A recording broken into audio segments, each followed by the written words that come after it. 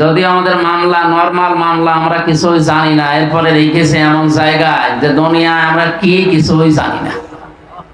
ফাঁসির আসামিরা যে কন্ডেম সেলে থাকে ওই জায়গায় 3 বছর একাধারে দুনিয়া থেকে একেবারে বিচ্ছিন্ন। পড়াশোনাও তো সেরকম করার কোনো সুযোগ নেই, শুধুমাত্র বঙ্গবন্ধুর বই আছে, পারলে পড়েন, না পারলে আল্লাহ করে। বই পড়তে পড়তে পুরো মুখস্থ করে ফেলিস। ওনার চেন সফর, ওনার সে রোজনামসা, কারণ 3 বছর তো আর কিছু নেই, শুধু ওইটাই আর কোরআন শরীফ। এই জন্য অনেক জানা জিনিস বা অনেক জানা জ্ঞান যেগুলো ছিল এগুলো ভুলে গেছি। আবার অন্তত এরকম অনুষ্ঠানগুলো 8-10টা করলে আশা করছি ঠিক হয়ে যাবে, আপনাদের দোয়া চাচ্ছি। আমার নানি শাশুড়ি বলছিলেন যে বক্তার গলা আর জুতার তলা সমান। বক্তার গলায় কিছু বাঁধে না, কারণ জুতার তলায়ও কিছু বাঁধে না, বাঁধবে না ইনশাল্লাহ কয়েকদিন পরে। আমি পড়াশোনা শুরু করেছি, চালাতে চালাতে ইনশাল্লাহ আপনাদের কাছে নতুন নতুন তথ্য নিয়ে আসবে। এই তো গত সামনে 19 তারিখে, জানুয়ারির 19 তারিখে আপনাদের থেকে মনে হয় 1/2 কিলোমিটার দূরে ওই যে নিয়ামতুল্লাহ নিজামী নামে একটা ছেলে আছে, ও একটা মাহফিল দিয়েছে। ওই জায়গায় রাত 9টা থেকে 11টা পর্যন্ত। ওখানে একটা গুরুত্বপূর্ণ বিষয়, ইব্রাহিম আলাইহিস সালামের জীবনের 50টা পরীক্ষা আমি ওখানে বলবো ইনশাআল্লাহ। শরীর যদি সুস্থ রাখে আল্লাহ, যদি সঠিকভাবে আসতে পারে। আজকে এই মাহফিলটায় কাদের ভাই আসলে জোর করেই নেওয়ার মতো। বাড়ি আমার শ্বশুরের এলাকায়, আসলে না নিলে আমার ম্যাডামে ধরবে, বাড়িতে সে ঝামেলায় পড়বো, বাধ্য হয়ে নেওয়া।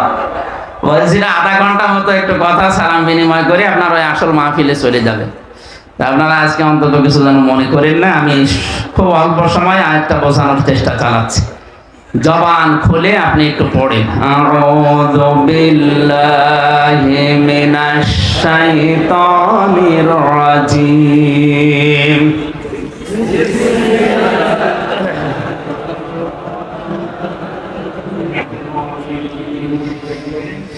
কুল্লু নাফসিন বিমা কাসাবাত রহিনা ইল্লা সাহাবাল ইয়ামিন।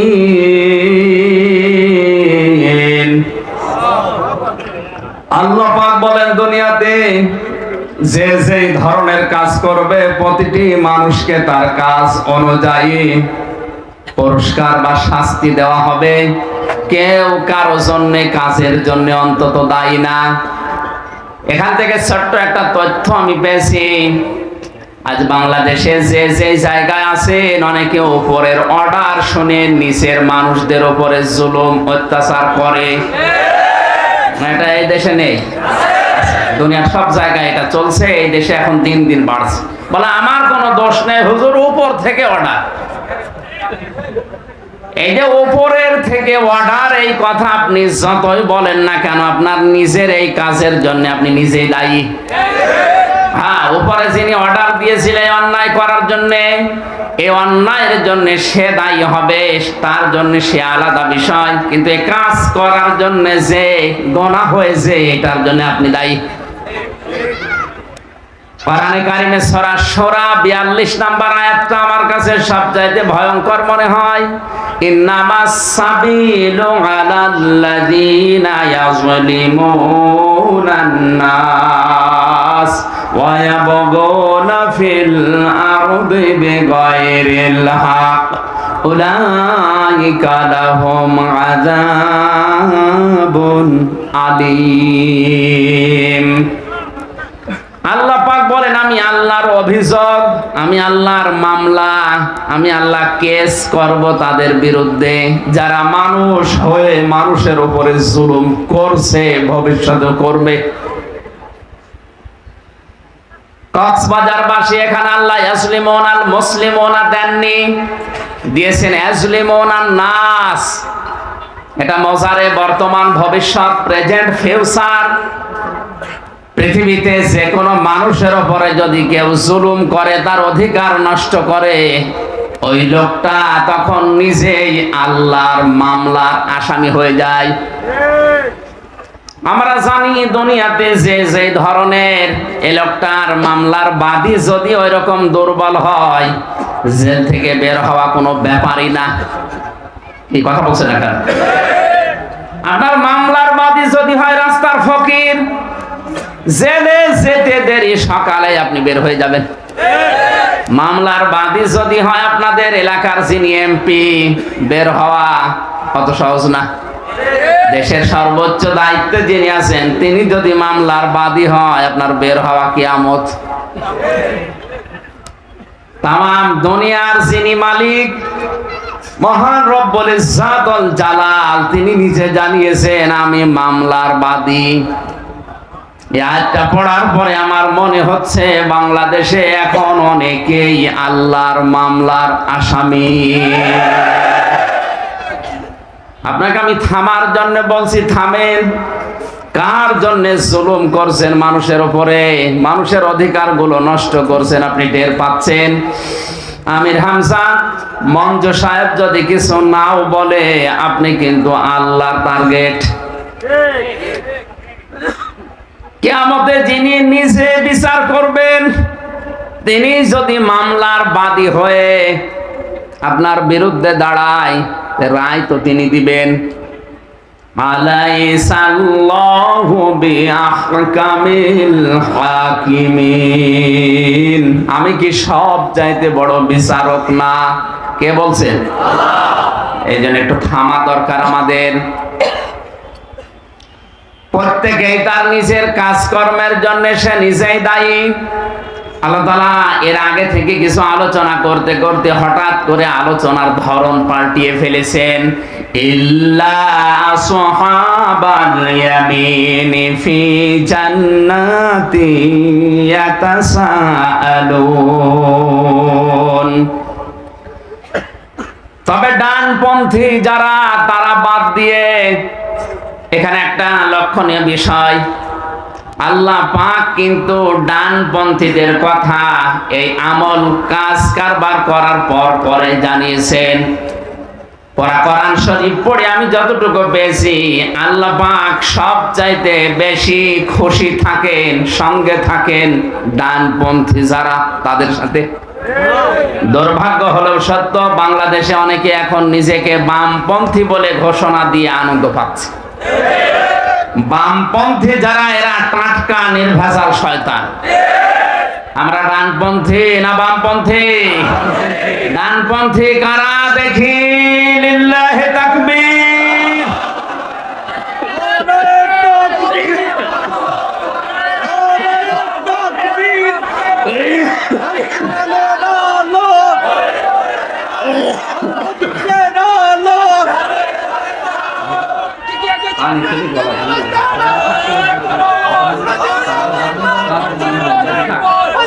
আলহামদুলিল্লাহ ভাই, ঠিক আছে, স্লোগান দেওয়ার দরকার নেই। যে কথাটা বললেন এটা মরণ পর্যন্ত ঠিক থাকবে তো ইনশাআল্লাহ? আমরা ডানপন্থী না বামপন্থী? বামপন্থী বলে নিজেদেরকে যারা ঘোষণা দিয়ে আরো আনন্দ প্রকাশ করে, এরা কি মানুষ না জাহান্নামের কীট? আপনি আমল আখলাক আপনার যাই থাক, কম বেশি অনেকের আছে। বামপন্থী ঘোষণা দেন কোন কোন বিবেকে? সেই জান্নাতে ইয়াতাসাআলুন। আল্লাহ আলোচনার ধরন পাল্টিয়ে হঠাৎ ডানপন্থীদের কিছু গুণাগুণ বর্ণনা করতে গিয়ে বলেন, জান্নাতের ভেতরে কিছু মানুষকে জিজ্ঞাসা করবে, তারা নিজেরা জিজ্ঞাসিত হবে। ইয়াতাসাআলুন মানে জিজ্ঞাসিত হওয়া। কি জিজ্ঞাসা করবে? দুনিয়ায় আমি যাকে পছন্দ করতাম, ভালোবাসতাম, যার জন্য দোয়া করতাম, এই লোকটার দোয়া যদি কবুল হয়ে থাকে, কিয়ামতে আল্লাহ যে জান্নাতে আমাকে প্রবেশ করাবে, তার পাশাপাশি ফ্ল্যাটে ওই লোকটাকে আপনি দেখতে পাবেন। দুনিয়ায় দোয়ার যে মর্যাদা, যে কদর, এটা আমরা অনেকেই জানি না। অধিকাংশ মানুষ নবীজির কাছে যে হাদিয়া দিয়ে দোয়া চাইতেন, এখন এই সিস্টেমটা আস্তে আস্তে পাল্টিয়ে গেছে। এখন আমাদের আর দোয়ার দরকার হয় না। নবীজি নিজে সাহাবায়ে কেরামের কাছে দোয়া চেয়েছেন, অথচ তার আগে পেছনের সব অপরাধী আল্লাহ মাফ করে দিয়েছেন। তিনি একজন নিরপরাধ মানুষ, নিষ্পাপ মানুষ হওয়ার পরেও যদি দোয়া চাইতে পারেন, আমাদের কি হয়েছে? আমরা এই আমলটা আবার শুরু করব দুনিয়ায়। আমরা দোয়া চাওয়ার সিস্টেম শুরু করব। কার দোয়া কখন কোন অবস্থায় আল্লাহর কাছে কবুল হয়ে যায় বলা যায় না। দোয়া করলেই কবুল হবে এমন না, দোয়ার পেছনে দাওয়া থাকা লাগবে। কি থাকা লাগবে? দাওয়া কি?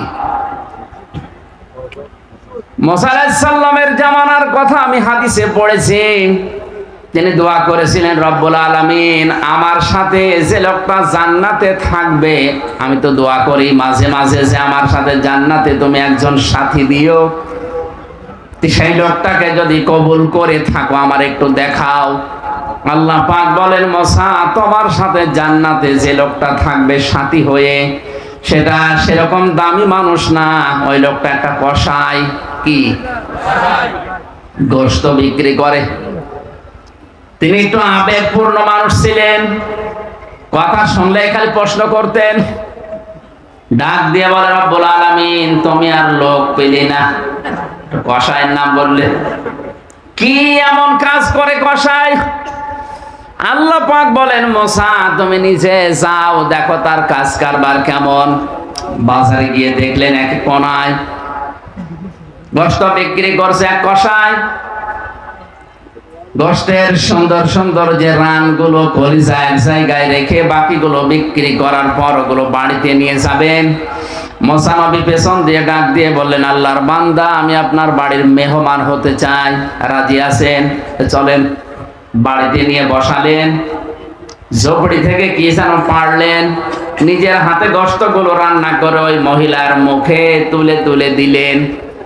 মেয়েটা দোয়া করছিল, রব্বুল আলামিন আমার এই সন্তানটা আমার স্বামী মারা যাওয়ার পর থেকে আজ পর্যন্ত আমার পেছনে যেভাবে খেদমতে লেগে আছে, আমি মায়ের কলিজা ঠান্ডা হয়ে গেছে। আমি দোয়া করলাম, জামানার নবী মুসার সাথে আমার এই সন্তানকে তুমি জান্নাতে দিয়ে দিও।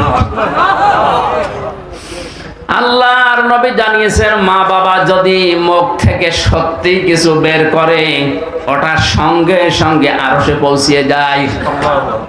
এই জন্য দুনিয়ায় যার সাথেই বিয়াদবি করেন না কেন, অন্তত এই দুইজন থেকে খুব সেবে থাকা লাগবে, সতর্ক থাকা লাগবে। একজন নিজের আপন মা আর একজন নিজের আপন বাবা। অনেকেই দুইজনের সাথে বিয়াদবি করছে, কিন্তু অনেক বাবা আছে তাদের সাথে কোনো বিয়াদবি করেও না, করলেও ভয় পায়। এদেশে তো এখন দিন দিন বাবার সংখ্যা বেড়ে যাচ্ছে। আরে চট্টগ্রামে বাবা বেশি।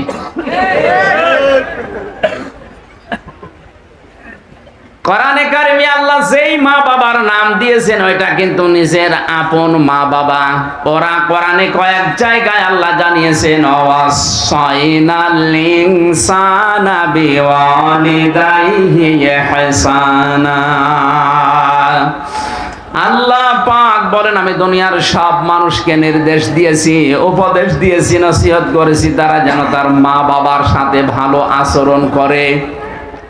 এখানে একটা শিক্ষা আছে, আপনারা আছেন তো ময়দানে? আল্লাহ পাক এখানে মা বাবার সাথে ভালো আচরণ করার কথা জানিয়েছেন। মা বাবার আইন মানা ফরজ না নফল? না না, কথা বুঝে বলেন। মা বাবার আইন মানা ফরজ না। পৃথিবীতে একজনের আইন মানা শুধু ফরজ, তিনি আমাদের মালিক আল্লাহ।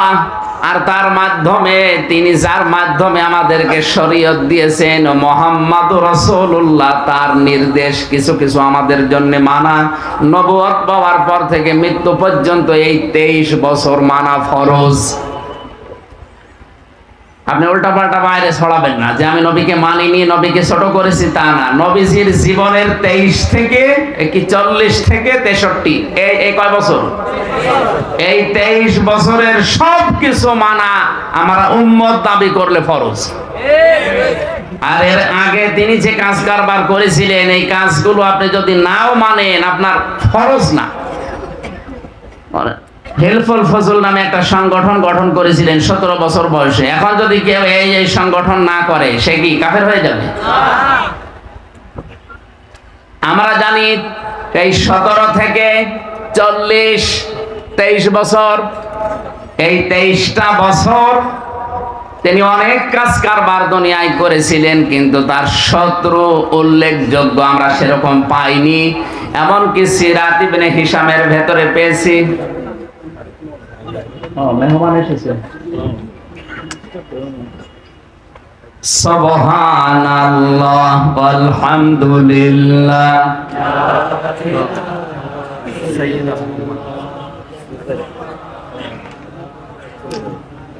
আমাদের আজকের মাহফিলের সম্মানিত অতিথি আল্লামা ডক্টর সাইয়েদ আবু নোমান সাহেব এসেছেন। লিল্লাহে তাকবীর। হায়াতে তাজ্জাবা সিহাতে কুল্লিয়া কামনা করছি। সম্মানিত ভাইরা, আমি অন্তত আয়াতের দিকে যে শেষ করে দিচ্ছি। আমরা ওয়াজ শোনার জন্য আসছি, হুজুর ওয়াজ।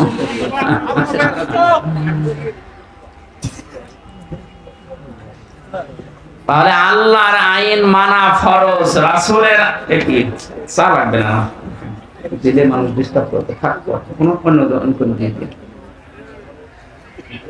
মা বাবার আইন মানা ফরজ না, মা বাবার সেবা করা ফরজ। কথা বুঝতেছে? অন্তত এই দুই জায়গায় যেন বেয়াদবি না হয়, মা আর বাবা। আল্লাহ আমাদেরকে তাওফিক দিন দুনিয়ার জীবনে, জোরে বলেন আমিন। হযরতে মুসা আলাইহিস সালাম লোকটাকে ডাক দিয়ে বল, আল্লাহর বান্দা, এই মেয়েটার মুখ থেকে যে কথা শুনলাম, কে এটা? বলে আমার মা। প্রতিনিয়ত এই জন্য আমার জন্য দোয়া করে। আপনি আমার মেহমান, আপনি বলেন তো দেখিয়ে দোয়া কি কবুল হওয়া সম্ভব? মুসা আলাইহিস সালাম চোখের পানি ফেলে দিয়ে বলে, আল্লাহর বান্দা, এই দোয়া কবুল হয়ে গেছে। আমি জামানার নবী মুসা তোমাকে সুসংবাদ দিয়ে গেলাম আল্লাহর পক্ষ থেকে, তুমি আমার সাথে জান্নাতে সাথী হয়ে থাকবে। জোরে বলেন সুবহানাল্লাহ। এই কষাই এমনিতেই জান্নাত মুসা আলাইহিস সালামের সাথে সাথী হতে পারেনি, শুধু তার মা দোয়া করেছিলেন এমনিতেই না, দোয়ার পেছনে দাওয়া ছিল, মায়ের খেদমত। দাওয়ার নাম কি? আমরাও যদি দুনিয়াতে কারো জন্য দোয়া করি, এই দোয়ার পেছনে যদি দাওয়া থাকে, বিস্তারিত দাওয়ার বর্ণনায় গেলাম না। যদি কোনো মানুষ আপনার জন্য দোয়া করে, এটা যদি কবুল হয়, কিয়ামতের ময়দানে ফ্ল্যাট সিস্টেম যে জান্নাতগুলো আল্লাহ বানিয়েছেন, পাশাপাশি ফ্ল্যাটে আপনি তার সাথে থাকতে পারবেন। বারান্দায় বেলকনিতে যাওয়ার পরে দেখবেন ওই লোকটা কি, আপনি এখানে, আপনার জন্য আমি দোয়া করেছিলাম, আসেন বসেন। এক জায়গায় একে অপরকে প্রশ্ন করবে, খোশ গল্পে বাঁধবে। হঠাৎ করে তাদের নজর চলে যাবে জাহান্নামের দিকে। একজন আর একজনকে প্রশ্ন করবে, ভাই, এই যে মানুষগুলো পড়ে আছে জাহান্নামে, এগুলো তো অনেকেই পরিচিত মনে হচ্ছে। এ তো আমার এলাকার মেম্বার, এ তো আমার এলাকার চাচাতো ভাই। এরা পড়ে আছে কোন কারণে আপনি জানেন? মনে বলবে না, আমি তো জানি না। চলেন ওদের কাছে জিজ্ঞাসা করি। আনিল মুজরিমিনা মা সালাকাকুম ফি সাকর। যারা এই সাকার নামক জাহান্নামে পড়ে আছে, এদেরকে জিজ্ঞাসা করবে, আপনারা জাহান্নামে এসেছেন কোন কারণে? ফেরেশতা মালিককে প্রথমে জিজ্ঞাসা করবে, দারওয়ান ফেরেশতা মালিক, অভিভাবক দায়িত্বে যিনি আছে তাকে। হযরতে মালিক ডাক দিয়ে বলবে, আল্লাহর বান্দারা, আমি জানি না, ওদেরকে জিজ্ঞাসা করেন কেন ওরা পড়ে আছে এই সাকারে। এই দুইজন যখন বলবে, আপনারা জাহান্নামের এই সাকারে পড়ে আছেন, এই জ্বলন্ত আগুনে দাও দাও করে জ্বলছে কোন কারণে? যত মানুষ জাহান্নামে আছে তারা এক বাক্যে জবাব দেবে, ক্বালু লাম নাকু মিনাল মুসাল্লিন। এখানে ক্বালানা, ক্বালানা, ক্বালু বহু বচন। যত মানুষই জাহান্নামে আছে ওরা এক বাক্যে বলবে, আমরা নামাজ পড়তাম না। বাংলার মুসলমানেরা কোন হিন্দু কি বলবে, আমি নামাজ পড়তাম না? কথা বলে না কেন? কোন খ্রিস্টান ইহুদি বৌদ্ধ বলবে, আমি নামাজ পড়তাম না? ওদের নামাজই নেই। তাহলে এই কথা বলতে পারে কে? আরো জোরে বলেন। যে মুসলমান দাবি করার পরেও নামাজ পড়ে না, সে যে দল করুক না কেন ও জাহান্নামে যাবে। টাটকা ফতোয়া, আর কারো ফতোয়া লাগবে? এই জন্য আহ্বান জানাচ্ছি, আজকের এই ময়দানে যেহেতু একটা ক্যামেরা ভিডিও হচ্ছে, কালকেই ছড়াবে, সারা দুনিয়ার 175 কোটি মুসলমানকে বলছি, আপনি যদি মুসলমান দাবি করার পরেও নামাজ না পড়েন, নামাজ আদায় না করেন, নামাজ কায়েম না করেন, অবশ্যই আপনাকে জাহান্নামে যাওয়া লাগবে, সাকার নামক এই জাহান্নামে। তাহলে মুসলমান দাবি করার পরেও জাহান্নামে সাকারে যাবে তারা যারা কি করতো না। আরো জোরে বলেন। নামাজ পড়েও আবার অনেকে জাহান্নামে যাবে। এবার প্রশ্ন আমার অনেকের মনে, যে তাহলে নামাজ না পড়ায় তো ভালো। ফাওয়াইলুল লিল মুসাল্লিন আল্লাযীনা হুম আন সালাতিহিম সাহুন। আল্লাহ পাক বলেন, আক্ষেপ, আফসোস, ধ্বংস হয়ে যাক ওই মানুষগুলো, ওই মুসল্লিগুলো যারা নামাজ পড়ে। কোন নামাজি? যারা তাদের নামাজ সম্পর্কে উদাসীন। নামাজের ভেতরে যদি 4টা জিনিস না পাওয়া যায়, তাহলে ওই নামাজ পড়া না পড়া সমান। 1 নম্বরে নামাজে আপনার খুশু খুজু লাগবে। কি লাগবে? খুশু খুজু মানে ধীর স্থিরতা, মন থাকা লাগবে নামাজে। সাহাবায়ে কেরামের নামাজ আল্লাহর দরবারে কবুল হওয়ার পেছনে অন্যতম কারণ ছিল তাদের নামাজে ছিল খুশু খুজু। হযরতে তালহা রাদিয়াল্লাহু তাআলা আনহুর জীবনী পড়লাম, তিনি নামাজে দাঁড়িয়েছেন, পাশেই তার বাচ্চাটা খেলা করছিল। পাহাড়ি এলাকা থেকে একটা সাপ এসে বাচ্চাটাকে জড়িয়ে ফেলেছে। হযরতে তালহার স্ত্রী আশপাশের মানুষজন ডাক দিয়ে সাপটাকে মেরে বাচ্চাটাকে বিপদ মুক্ত করে বসে আছে। নামাজ শেষ হওয়ার পরে বললেন, স্ত্রী, এতগুলো মানুষ হইচই হচ্ছিল কি? বলে, আপনি কিছুই টের পাননি? বাচ্চাটাকে সাপে জড়িয়ে ফেলেছিল, আপনি নামাজে আছেন, এর জন্য আশপাশের মানুষ ডাক দিয়ে সাপ মেরে বাচ্চাকে বিপদ মুক্ত করে আমরা আছি, এই জন্য গাঞ্জাম হচ্ছিল। হযরতে তালহা নামাজের ভেতরে দাঁড়িয়ে সাপে বাচ্চা জড়িয়েছে, মানুষজন এসেছে, মুক্ত করেছে, উনি কিছুই টের পাননি। কি তেলাওয়াতে ছিলেন? স্ত্রী ডাক দিয়ে বলে, স্বামী আমার, এতগুলো কাজ আপনার সামনে ঘটে গেল, আপনি কিছুই টের পেলেন না। তালহা রাদিয়াল্লাহু তাআলা আনহু বলেছিলেন, স্ত্রী, নামাজে দাঁড়িয়ে আমার আল্লাহর সাথে আমার কথা হচ্ছিল। নামাজের ভেতরে যদি মন এদিকে ওদিকে চলে যায়, ওই নামাজ আর নামাজ থাকে না। সাহাবায়ে কেরামের খুশু খুজুর নামাজ আর আমাদের নামাজ আকাশ আর পাতাল। এজন্য এখানে যারা এসেছেন আহ্বান জানাচ্ছি, আপনি নামাজ আরম্ভ করেন খুশু খুজু নিয়ে। আর খুশু খুজু আসবে তখন যখন নামাজের তেলাওয়াতকৃত বিষয়গুলো আপনি বুঝবেন। নামাজে দাঁড়িয়ে যখন মানুষ বলে আল্লাহু আকবার, দুনিয়ার সব কিছুর তুলনায় আমার আল্লাহ বড়, ওর পেছনে সব কিছু ছোট হয়ে যায়। এটা মন থেকে মুখ দিয়ে কোনো মানুষ যদি বলে, আমার মনে হয় নামাজে দাঁড়ালে আমার আল্লাহর দর্শন পাওয়ার কথা। নামাজে দাঁড়িয়ে তুমি এমন ভাবে চিন্তা ভাবনা করো যেন তুমি আল্লাহকে দেখতে পাচ্ছ। যদি দেখতে নাও পাও, এই চিন্তা ভাবনা যেন মনের ভেতরে আসে, মহান আল্লাহ অবশ্যই আমাকে দেখছে। নামাজের 2 নম্বরে তেলাওয়াতকৃত বিষয়গুলো আমাদের বোঝার জন্য সর্বোচ্চ সূরা ফাতিহা বাদ দিয়ে 4টা সূরা অর্থ ব্যাখ্যা বিশ্লেষণ সহ একটু কষ্ট করে আয়ত্ত করে নেবেন। খুব বেশি যদি আপনার মুখস্থ করা সম্ভব না হয়, সূরা বাকারা, সূরা ফাতিহা বাদ দিয়ে আর মাত্র 4টা সূরা হলে আপনার নামাজ হয়ে যাচ্ছে। ছোট ছোট হোক, কিন্তু বিষয়গুলো যদি আপনি নামাজের ভেতরে দাঁড়িয়ে বোঝেন যে কি বললাম, যখনই বলবেন ইন্না আ'তাইনাকাল কাউসার ফাসাল্লি লিরাব্বিকা ওয়ানহার ইন্না শানিআকা হুয়াল আবতার, নবীজির বিষণ্ণ জীবনে এই আয়াতগুলো এত প্রশান্তি এনে দিয়েছিল। আমি জেলখানায় 3 বছরের ভেতরে মাঝে মাঝে মানুষ হিসাবে এই কন্ডেম সেলের ভেতরে বহুবার আমি হতাশ হয়ে গেছি। যখন এই বলতাম ইন্না আতাইনা কাল কাউসার, মনে হতো আমার আল্লাহ এই মাত্র এই সুসংবাদ আমার এই শোনাচ্ছেন। এজন্য নামাজের ভেতরে যা পড়ছি ওটা যদি আমি বুঝি, আমার মন আরো স্থির হবে, আল্লাহর প্রতি ভরসা এটা আরো বেড়ে যাবে। কোন মানুষের ভরসা যদি আল্লাহর প্রতি বেড়ে যায়,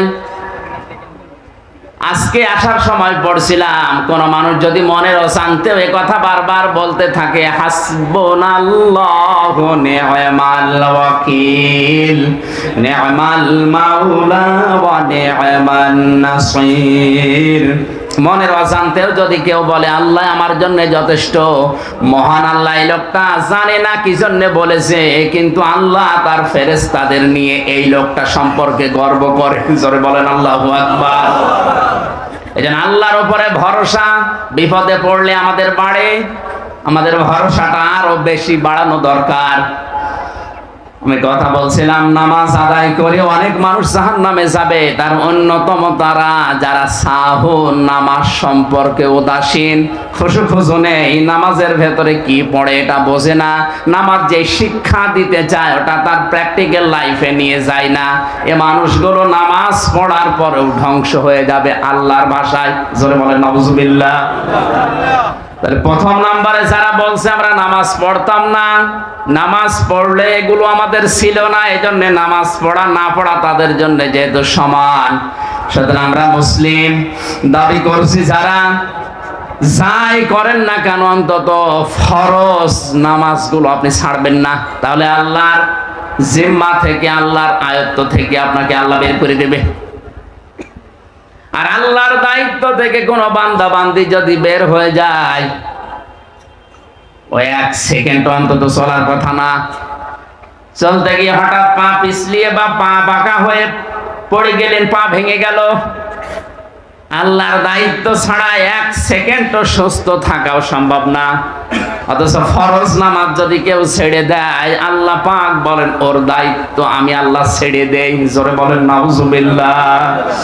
আমি আশা করতে পারি এই মাহফিলের এই ময়দানে মানুষ যারা আছে, অন্তত জীবনে যতদিন আজরাইল না আসে ফরজ নামাজ ছেড়ে দেব না। কারা রাজি আছেন প্রাপ্ত যারা? লিল্লাহি তাকবীর। মাহফিল ইনশাআল্লাহ সাকসেস হবে যদি এই কথাগুলো আমরা ঠিক রাখতে পারি। দ্বিতীয় নম্বরে ওরা ডাক দিয়ে বলবে অলাম না কোনো তেমল মিসকিন, আমরা এতিম মিসকিনদের খাবার দিতাম না, দারিদ্র মুক্ত সমাজের জন্য আমাদের কোনো ভূমিকা ছিল না। আজ অনেকেই শুধু নিজে খাবো, নিজে পরবো, নিজের আখের গোছাবো এই চিন্তায় আছে। এগুলো হচ্ছে না, এখান থেকে টাকা পয়সা বিদেশে পাঠিয়ে স্ত্রীর নামে ঘর বাড়ি বানিয়ে নাম দিয়েছে বেগম পাড়া।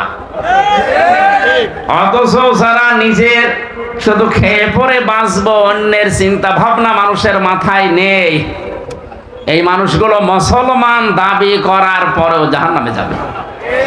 এই জন্য এতিম মিসকিন অসহায় মানুষের খোঁজ খবর রাখা, দারিদ্র মুক্ত সমাজের জন্য ভূমিকা রাখা, এটা যদি কেউ না রাখে তার কিন্তু কপাল নষ্ট হবে। 3 নম্বরে কন্যা নাখুদ মাল খায়দিন, আমরা সমালোচনা যারা করতো তাদের সাথে মিশে আরো সমালোচনা করতাম। এটা আজ বাংলাদেশে দিন দিন বেড়ে যাচ্ছে। একবার কোন জায়গায় জানো, সেই 20 সালে, 3 বছরে তো অনেক মনে নেই, একবার খাবার খাচ্ছিলাম কোন জেলায় জানো, খাবার খেয়ে যে থাল চেটে খায় অনেকে, এটা সুন্নাত। এগুলো হজম শক্তিকে বৃদ্ধি করে, এরপরে আরো অনেক উপকার আছে। এই পাশে 3-4 জন লোক বসে খাবার খাওয়ার সময় আমার দিকে তাকিয়ে বলছে, যেভাবে থাল চেটে খায় মনে হচ্ছে থালও খেয়ে ফেলবে। একটা হাড় ছিল, হাড়ের সাথে মাংস লেগে থাকে, একটু চাবাচ্ছিলাম। আমার কাছে একজন এসে বলছে, হুজুর আপনি কিছু মনে করেন না, আপনি যেভাবে হাড় চিবাচ্ছেন, আপনার এলাকার কুকুর কি হাড় পায়? আমি বললাম আমার এলাকার কুকুর ওরকম অভদ্র না, ওরা হাড় খায় না। কি খায়? ওরা খাচ্ছিল চা, তাও দাঁড়িয়ে দাঁড়িয়ে, 1 হাতে সিগারেট 1 হাতে চা। মনের ভেতরে চলে আসলো, বললাম যে আমার এলাকার কুকুরে চা খায়। কে বললেন হুজুর?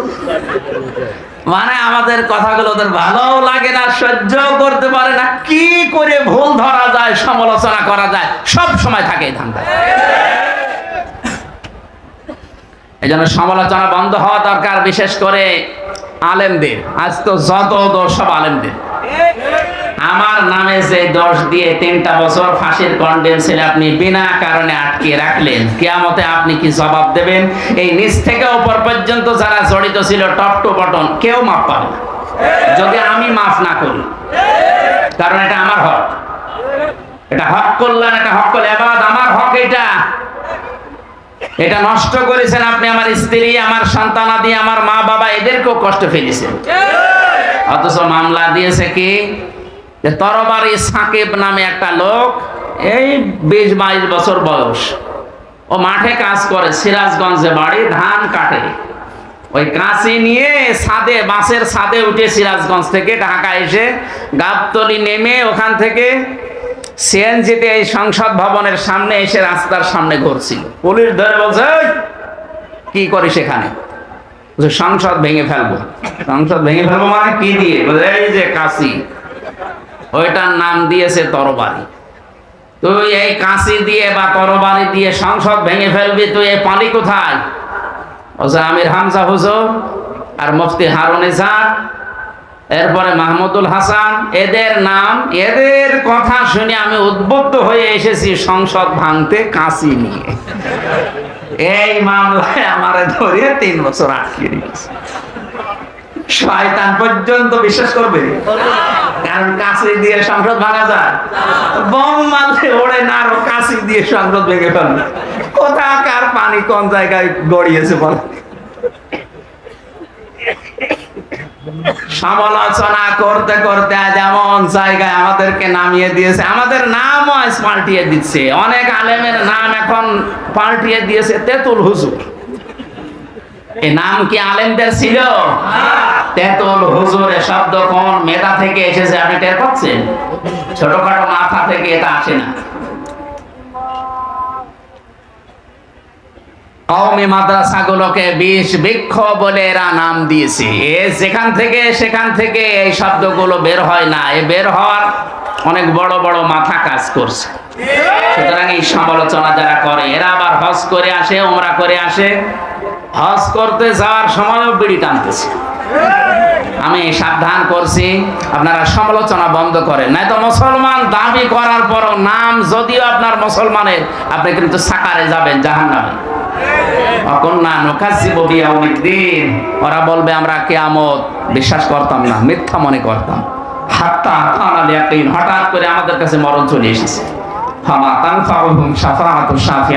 এখানে 4 প্রকার মানুষের নাম আমরা পেলাম। মুসলমান দাবি করেও যারা নামাজ পড়ে না, দারিদ্র্যমুক্ত সমাজের জন্য যারা কাজ করে না, যারা সমালোচনা করে সমালোচনাকারীদের সাথে মিলেমিশে, আর যারা কিয়ামতে জবাব দিতে হবে এটা যারা বিশ্বাস করে না, এই মানুষগুলোর জন্য যদি কেউ সুপারিশও করে, কাজে লাগছে না, কিয়ামত পর্যন্ত লাগবেও না। তানফাউ মোজারি, এখানে হোম জমির বহু বচন আছে। এই জন্য শুধু একজনের না, এইরকম চরিত্র যাদেরই আছে দুনিয়ায়, তারা এখনই থেমে যান, পাল্টান। আমি সহ প্রত্যেককে আল্লাহ যেন পাল্টিয়ে দেন। জোরে বলেন আমিন। আল্লাহ বলেন, এরপরেও কি আমার এই আলোচনা থেকে মুখ ফিরিয়ে তোমরা চলে যাবে? আমরা যেন এইরকম মানুষ না হই, আল্লাহর এই আলোচনা থেকে আমরা মুখ না ফিরিয়ে গ্রহণ করার মতো মন মানসিকতা তৈরি করে ওদের তো আহ্বান জানিয়ে আজকের মতো শেষ করে দিচ্ছে। আমার গলা এবং ওইটা থেকে বারবার কল আসতেছে, শেষ করে দিলাম। আমিন। বারাকাল্লাহু লানা ওয়া লাকুম ফিল কোরআনিল কারীম। আমাদের মেহমান যেহেতু আছে, এই জন্য আমি আরো শেষ করলাম। আপনার জন্য আমাদের সেগে এক সেট উপহার আছে দেওয়া সাইদ আবু নোমান স্যার। এটা সরেন। আমাদের ভাই মঞ্জু ভাই, সাইদ আবু নোমান স্যারের লেখা তাফসীরের সেট উপহার দিচ্ছেন। সম্মানিত কমিটির তো আপনারা শুকরিয়া। আমাদের অনেক বক্তা আছেন, অনেক আলোচক আছেন, আপনারা